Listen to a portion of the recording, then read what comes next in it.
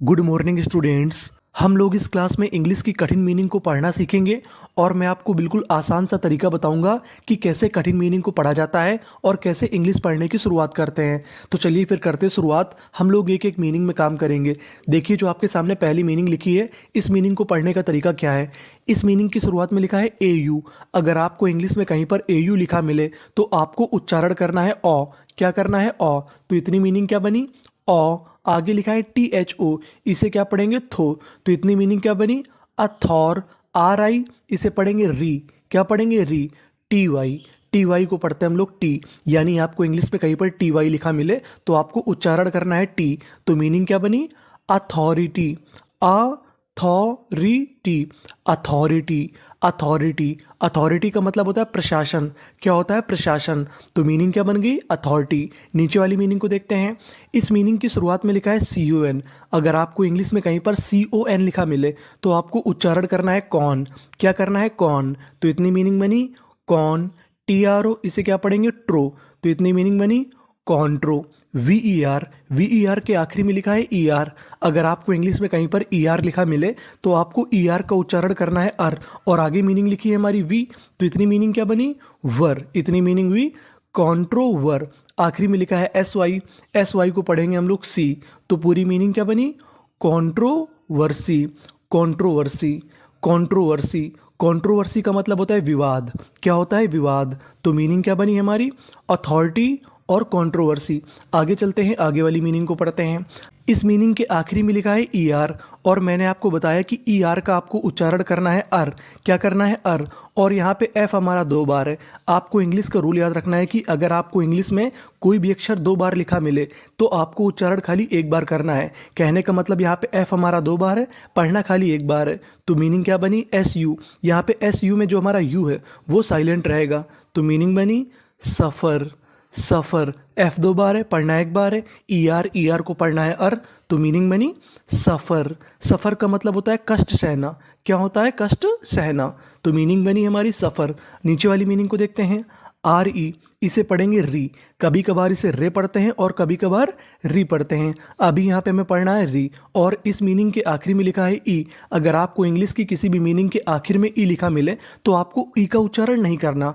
तो मीनिंग बनी T A. ये जो ए है वो ए की मात्रा का काम करेगा। तो मीनिंग बनी रीटेक। रीटेक रीटेक का मतलब होता है पुनः प्रयास। यानी आप दोबारा प्रयास करेंगे उसे हम लोग कहेंगे रीटेक। तो मीनिंग क्या बनी हमारी सफ़र और रीटेक। अब हम लोग आगे वाली मीनिंग को पढ़ते हैं। आई एन, इसे क्या पढ़ेंगे इन। वी ओ एल, इसे पढ़ेंगे वॉल। क्या पढ़ेंगे वॉल। और आखिरी में लिखा है वी ई डी को पढ़ेंगे हम लोग इनवॉल्व्ड। इनवॉल्व्ड ई डी को पढ़ते हैं डा। तो मीनिंग बनी इनवॉल्व्ड। इन्वॉल्व्ड इन्वॉल्व्ड का मतलब होता है संलिप्त, यानी किसी चीज़ में पाया जाना, उसे हम लोग कहते हैं इनवॉल्व्ड। अब हम लोग नीचे वाली मीनिंग को पढ़ते हैं। एन ओ, इसे पढ़ेंगे नो। क्या पढ़ेंगे no. M I mi, nomi. N A, जो हमारा ए है वो ए की मात्रा का काम करेगा। तो मीनिंग बनी नॉमी ने।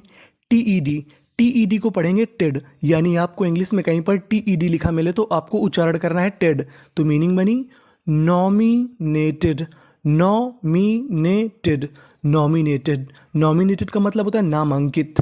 तो मीनिंग क्या बनी हमारी इन्वॉल्व्ड और नॉमिनेटेड। आगे चलते हैं, आगे वाली मीनिंग को पढ़ते हैं। इस मीनिंग की शुरुआत में लिखा है ई, तो इसे पढ़ेंगे ए। क्या पढ़ेंगे A. L I li, eli. M I mi, eli mi. N A हमारा ए की मात्रा का काम करेगा। तो मीनिंग बनी एली मी ने। और आखिरी में लिखा है टी ई। मैंने बताया कि ई का उच्चारण आपको करना नहीं है। तो मीनिंग बनी एलिमिनेट। एलिमिनेट एलिमिनेट एलिमिनेट का मतलब होता है निकाल देना, यानी किसी को बाहर कर देना। तो मीनिंग क्या बनी हमारी एलिमिनेट। नीचे वाली मीनिंग को देखते हैं। यहाँ पे एल हमारा 2 बार है, पढ़ना कितनी बार है 1 बार। तो मीनिंग बनी वेल। वेल का मतलब शुभ। नीचे वाली मीनिंग। आगे डब्ल्यू वाई, इसे पढ़ेंगे वी। एस एच, इसे क्या पढ़ेंगे शाह। और यहाँ पे ई आर है तो ई आर को पढ़ेंगे अर। तो मीनिंग बनी विशर। और आखिरी में एस लगा है तो मीनिंग बन गई विशर्स। तो पूरी meaning well wishers. Well wishers. Well wishers का मतलब होता है शुभ चिंतक, यानी जो आपकी चिंता करता है उसे हम लोग कहते हैं वेल विसर्स। आगे चलते हैं, आगे वाली मीनिंग को पढ़ते हैं। आई एन, इसे क्या पढ़ेंगे in. S I C S T, अगर आपको इंग्लिश में कहीं पर एस टी लिखा मिले तो एस टी का उच्चारण होता है स्टा। क्या होता है? स्टा। तो मीनिंग बनी इनसिस्ट, इनसिस्ट, इंसिस्ट, इंसिस्ट। इंसिस्ट का मतलब होता है जोर देकर किसी बात को कहना। तो मीनिंग क्या बनी? इंसिस्ट। नीचे वाली मीनिंग को देखते हैं। आई एम एम, इसे क्या पढ़ेंगे? इम। पी यू, इसे पढ़ेंगे पो। तो इतनी मीनिंग बनी इम्पो। और यहाँ पे जो एस है इसका उच्चारण करना है जा। क्या करना है? जा। और आखिरी में लिखा है ईडी, ईडी को पढ़ते हैं डा। तो पूरी meaning imposed, imposed, imposed. Imposed का मतलब होता है थोपना, यानी किसी चीज़ को दूसरे के ऊपर ज़बरदस्ती थोपना, उसे हम लोग कहेंगे इम्पोज्ड। आगे चलते हैं, आगे वाली मीनिंग को पढ़ते हैं। अब यहाँ पे लिखा है आर ई, आर ई को यहाँ पे पढ़ेंगे रे। क्या पढ़ेंगे? रे।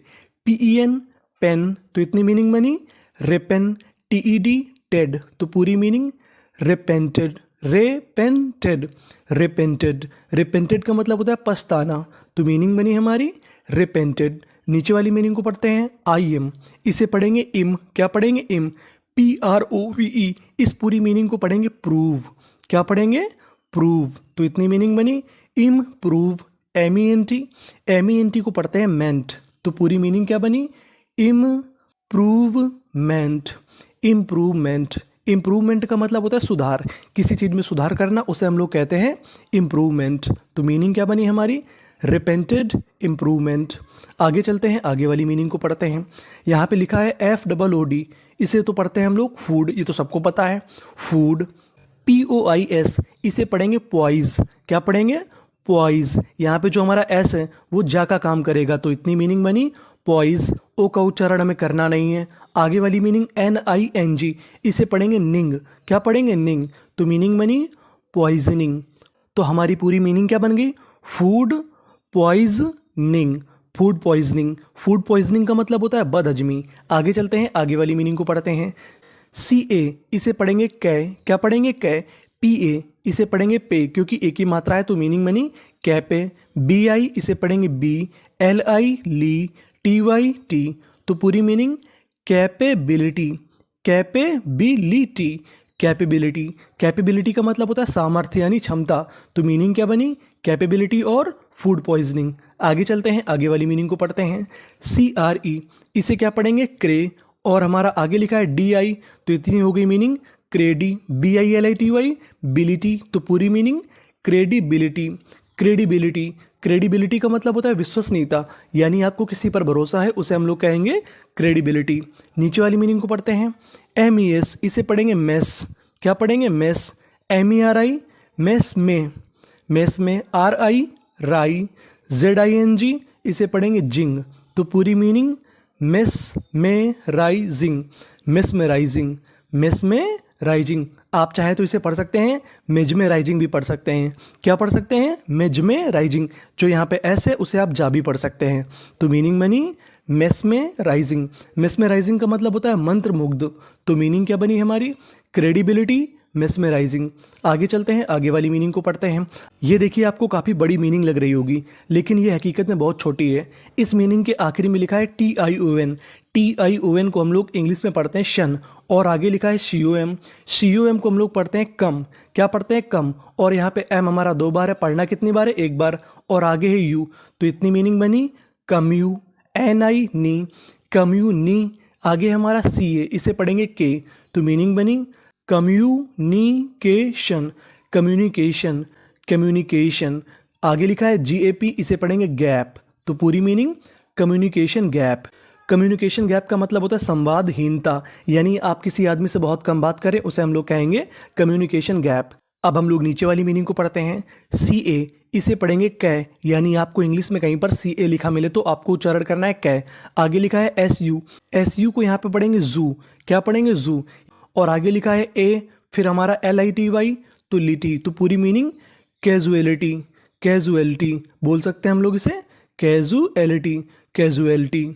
कैजुअलिटी का मतलब होता है आकस्मिक मृत्यु, तो मीनिंग बनी कैजुअलिटी और कम्युनिकेशन गैप। अब हम लोग आगे वाली मीनिंग को पढ़ते हैं।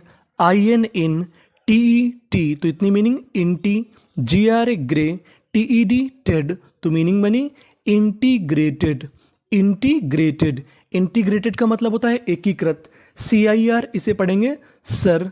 CUIT, यहाँ पे U साइलेंट रहेगा, I का उच्चारण होगा, तो मीनिंग बनी सर्किट।